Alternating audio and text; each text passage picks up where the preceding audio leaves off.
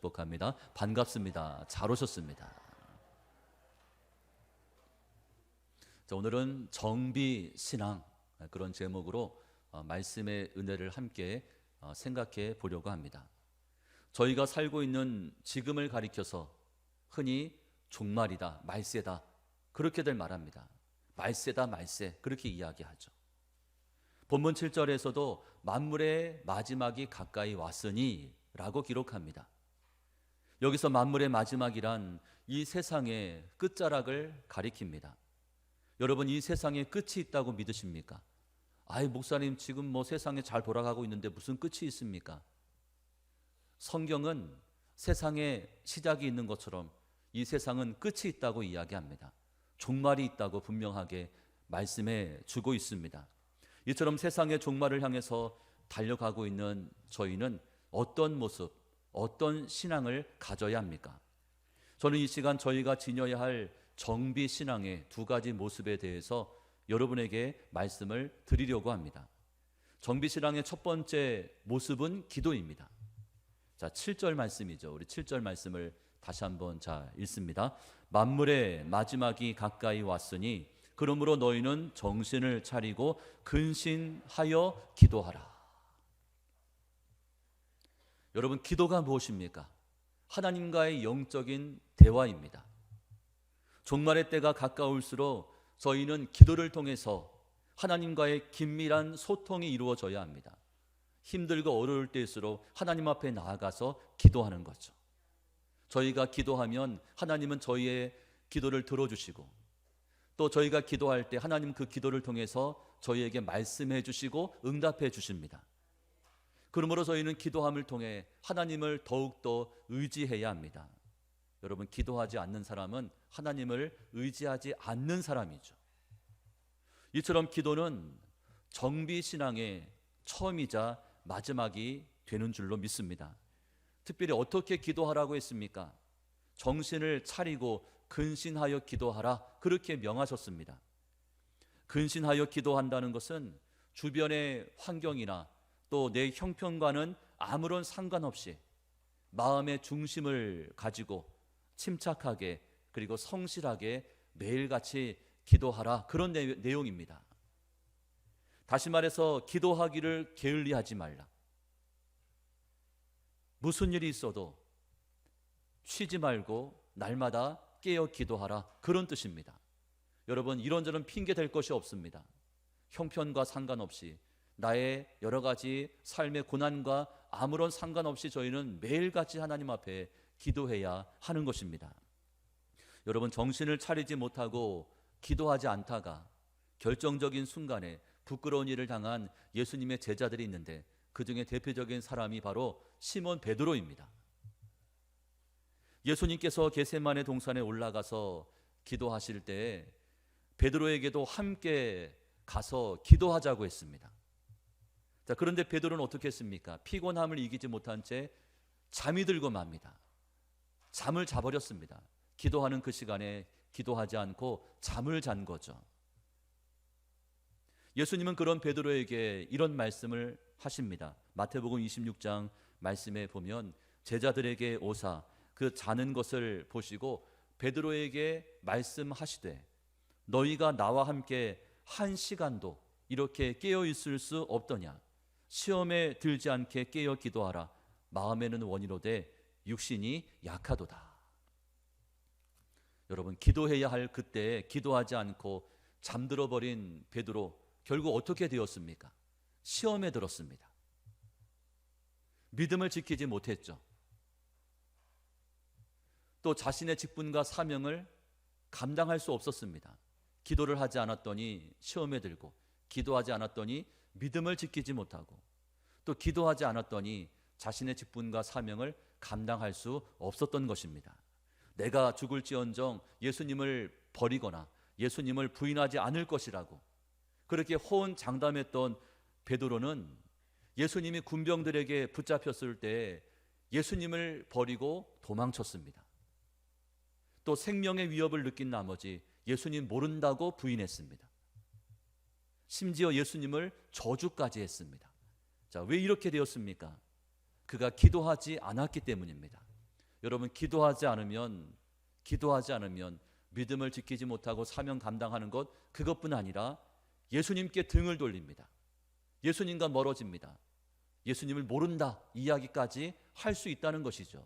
자, 뭐 하지 않았기 때문입니까? 기도하지 않았기 때문입니다.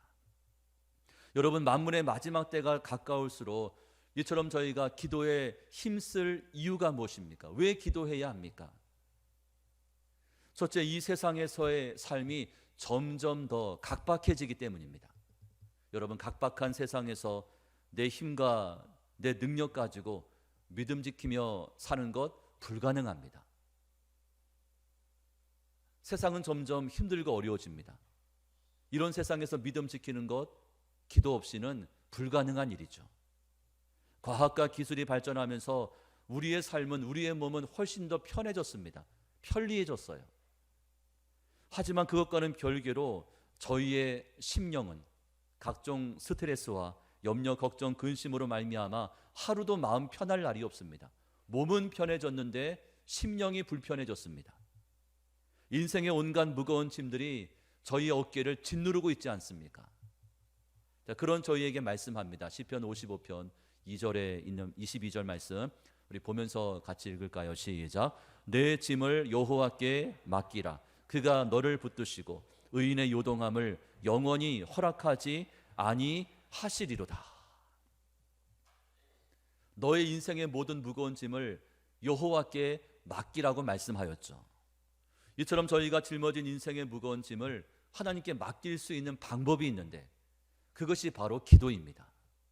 저희가 좀 더 정신을 바짝 차려서 근신하여 기도할 때 우리 하나님은 저희를 위해서 일하시고, 저희가 기도할 때 우리 하나님은 저희에게 역사하시는 줄로 믿습니다.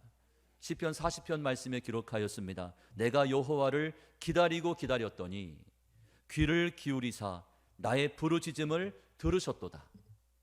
나를 기가 막힐 웅덩이와 수렁에서 끌어올리시고 내 발을 반석 위에 두사 내 걸음을 견고하게 하셨도다. 기도하는 자에게는 이 같은 은혜와 축복이 있음을 성경은 저희에게 말씀해 주고 있습니다. 여러분, 종말의 때가 가까이 다가올수록 저희가 기도해야 될 이유가 무엇입니까? 두 번째는 사단 마귀가 극성을 부리기 때문이죠. 최후의 발악을 합니다.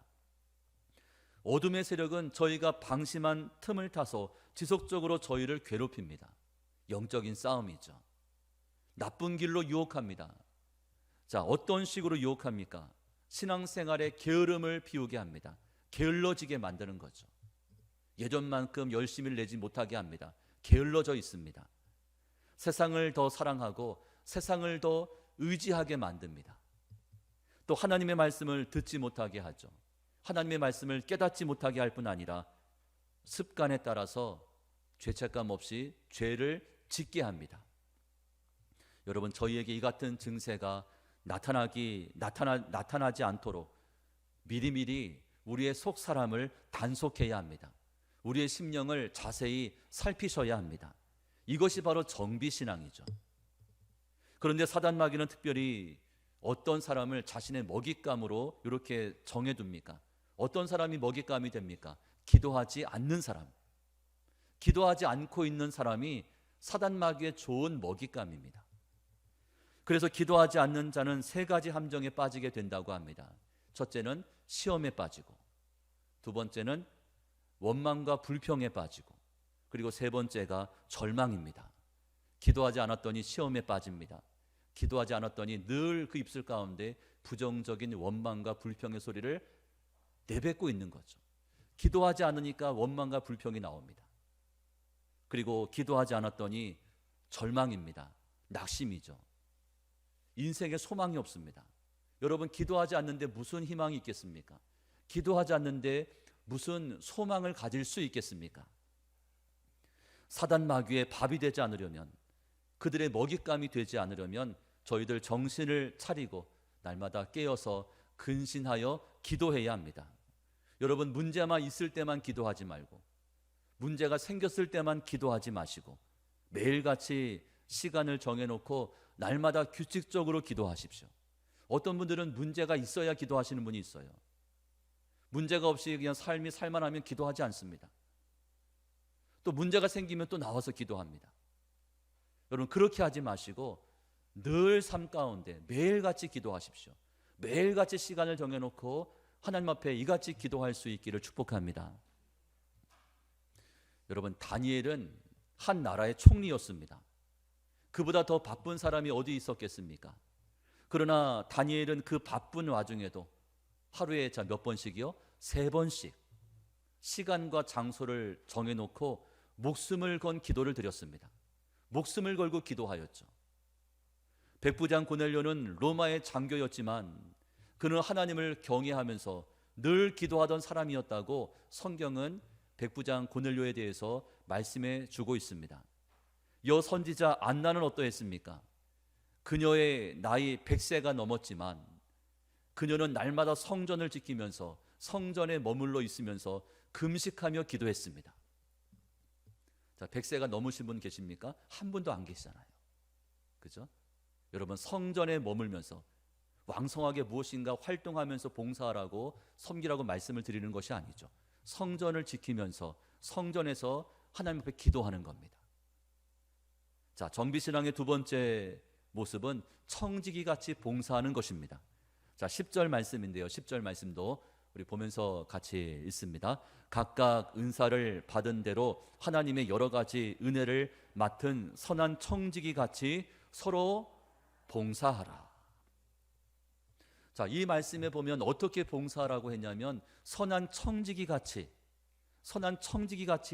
봉사할 것을 말씀하고 있습니다. 여러분, 봉사는 하나님을 위해서, 내가 속한 몸된 교회를 위해서, 또 나와 함께 신앙생활을 하고 있는 다른 성도들을 위해서 애쓰고 수고하는 것을 말합니다. 그것이 봉사이고 섬김이죠. 각각 은사를 받은 대로 하라고 명했습니다. 은사는 하나님이 믿는 자에게 주시는 선물이고 재능입니다. 남들보다 조금 더 잘할 수 있다면 그것이 은사이고, 남들보다 조금 더 받은 것이 있다면 그것도 은사가 되는 것입니다. 이처럼 믿는 자에게 하나님이 은사를 주시는 목적은 남들보다 더 잘할 수 있는 재능, 남들보다 조금 더 가진 것을 허락해 주시는 까닭은 몸된 교회를 유익하게 하고 또 다른 지체들을, 형제와 자매들을 섬기도록 하시기 위해서입니다. 네 혼자 잘 쓰라고, 혼자 잘 먹고 잘 살라고 은사를 주신 것이 아니라 교회를 돌아보면서 또 형제와 자매들을 살피면서 그것을 사용하라고 주신 겁니다. 그러므로 저희는 각자에게 주신 은사를 가지고 봉사와 섬김의 자리로 나가야 합니다. 종말의 때를 살고 있는 저희는 단지 교회를 다니는, 교회를 출석하는 그 출석 교인으로 만족해서는 안 됩니다. 나는 교회를 이번 주 출석을 했어, 나는 이번 주 예배를 드렸어, 이것으로 만족해서는 안 됩니다. 섬김을 받는 자리에서 여러분, 예배를 드리고 있지만 이 예배를 드리기 위해서 많은 섬김의 손길들이 있습니다. 섬김을 받는 그 자리에서 이제는 섬기는 자리로 내려오셔야 합니다.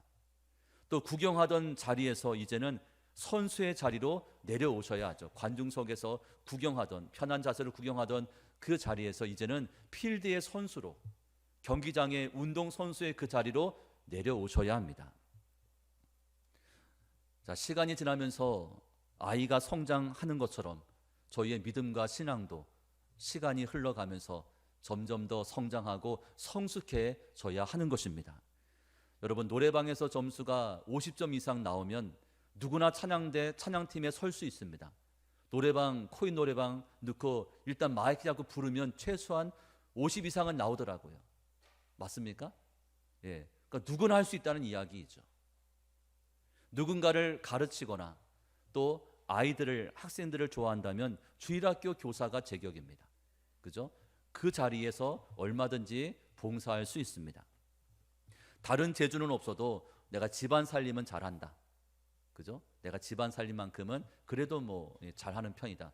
그러면 교회 주방에서 봉사할 수 있습니다. 얼마든지 주방 봉사팀에서 또 설거지 얼마든지 할 수가 있습니다. 내가 사람 만나는 것을 좋아하고 사람들과 이야기하는 것을 좋아한다면 여러분, 안내팀이나 전도팀에서 충분히 기쁨으로 섬길 수가 있습니다. 내가 운전만큼은 자신이 있다. 내 운전만큼은 나 베테랑이다.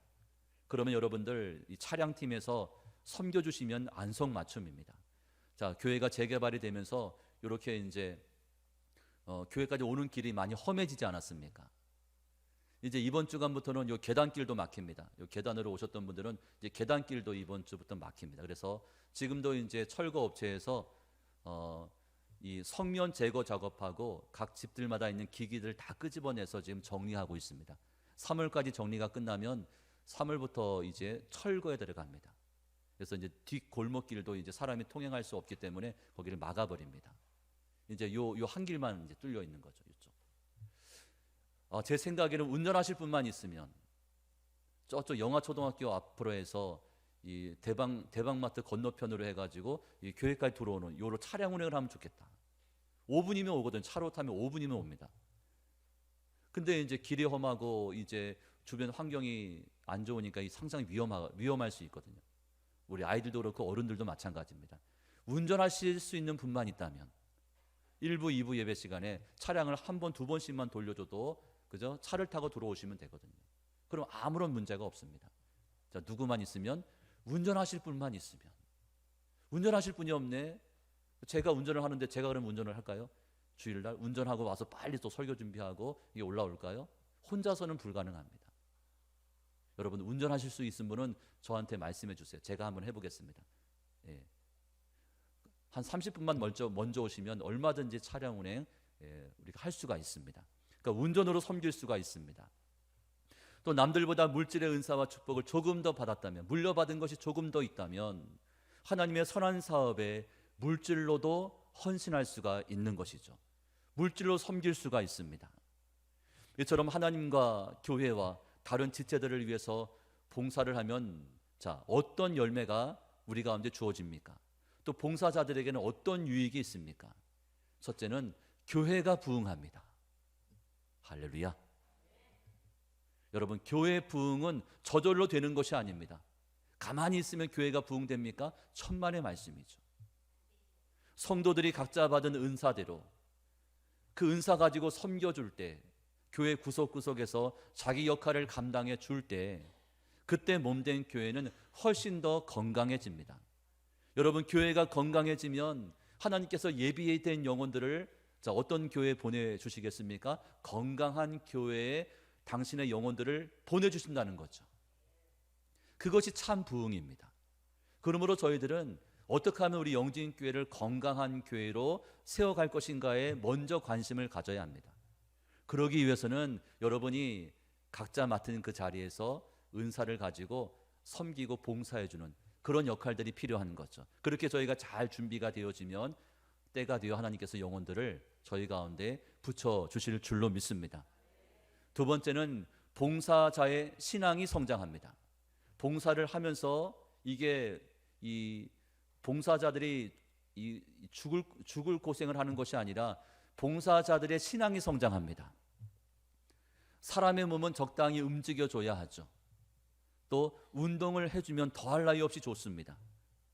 저희의 신앙도 마찬가지입니다. 재능과 은사 가지고 그저 몸된 교회 안에서 섬기고 봉사할 때 그때 봉사자의 신앙이 성장하고 성숙해집니다. 자, 믿으십니까? 아멘. 세 번째는 봉사자에겐 상급이 있습니다. 자, 뭐가 있다고요? 상급이 있습니다. 계시록 2장 10절 말씀에 기록합니다. 내가 죽도록 충성하라. 그리하면 내가 생명의 관을 내게 주리라. 자, 이것을 이렇게 바꿀 수가 있죠. 내가 죽도록 봉사하고 섬겨라. 그리하면 내가 생명의 면류관을, 생명의 상급을 너에게 주리라. 자, 주님은 저희에게 공짜로 일을 시키는 법이 없습니다. 저희를 부려먹는 악덕업주가 아니십니다. 그래서 봉사와 섬김은 손해보는 장사가 아니라 남는 장사이죠. 여러분 지금도 교회 구석구석에서 그저 누가 보든 보지 않든 열심히 봉사하며 섬기시는 분들에게는 이 같은 하늘의 상급과 면류관이 예비가 된 줄로 믿습니다. 하나님은 그냥 일을 시키지 않습니다. 그죠? 일을 시킨 다음에는 항상 상급을 주시고 또 축복을 주시고 면류관을 허락해 주신다는 거죠. 이제 말씀을 맺습니다. 여러분, 신앙에는 정비하는 신앙이 있고 수리하는 신앙이 있습니다. 정비신앙은 말 그대로 문제가 생기기 전에 미리미리 준비하고 대비하는 신앙을 말합니다. 반면 수리신앙은 문제가 터진 후에 그 사건 사고를 수습하는 신앙입니다. 중요한 차이가 있는 거죠. 자, 정비신앙은 소 잃기 전에 낡은 외양간을 고치고 수리하지만 수리신앙은 소를 잃어버린 다음에야 외양간을 고치고 수리합니다. 똑같이 외양간을 고치고 수리했는데 정비신앙은 소를 잃어버리기 전에 미리 외양간을 고쳐둔 거예요. 소가 도망가지 못하도록. 그러나 수리신앙은 소가 이미 도망갔네. 그 다음에 이제 때늦은 후회를 하면서 외양간을 고치는 거죠. 여러분의 신앙은 어떤 신앙입니까? 정비신앙입니까? 아니면 수리신앙입니까? 여러분, 종말의 때를 살고 있는 저희에게는 시간이 부족합니다. 세월을 아끼라고 성경은 말씀합니다. 그래서 무엇인가를 잃어버리기 전에 미리 살펴보는 이 같은 정비신앙은 우리 가운데 너무나 필요한 것입니다. 여러분, 쉬지 말고 매일같이 날마다 하나님 앞에 기도하십시오. 그리고 선한 청지기처럼 기꺼이 봉사의 자리로 내려오십시오. 이 두 가지 기도와 봉사는 특별한 것이 아닙니다. 모든 믿는 자가 마땅히 해야 될 일입니다. 그리고 선한 청지기 그리고 기도와 봉사는 여러분의 삶에 깊이와 가치를 더해주게 됩니다. 그저 기도하고 봉사하다 보면 내 삶에 깊이가 생기고 내 삶의 가치가 올라갑니다. 현세를 살면서 내세를 준비할 수 있습니다. 기도하는 사람과 봉사하는 사람은 지금을 살고 있지만 저 천국을 소망하면서 내세를 준비하는 그런 모습이라고 말씀을 드릴 수가 있는 것이죠. 또 하늘의 기쁨과 평안을 이 땅에서 맛볼 수 있습니다. 기도하는 사람에게, 봉사하며 섬기는 자들에겐 이 같은 하늘 기쁨과 평안이 임하게 되는 것입니다. 바라기는 기도 그리고 봉사를 통해서 종말의 때를 아름답게 설계하고 또 종말의 그때를 지혜롭게 살아갈 수 있는 그런 저희 모두가 다 될 수 있기를 주님의 이름으로 축원합니다. 여러분, 주신 말씀 기억하며 먼저 기도하실 때 세 가지 제목을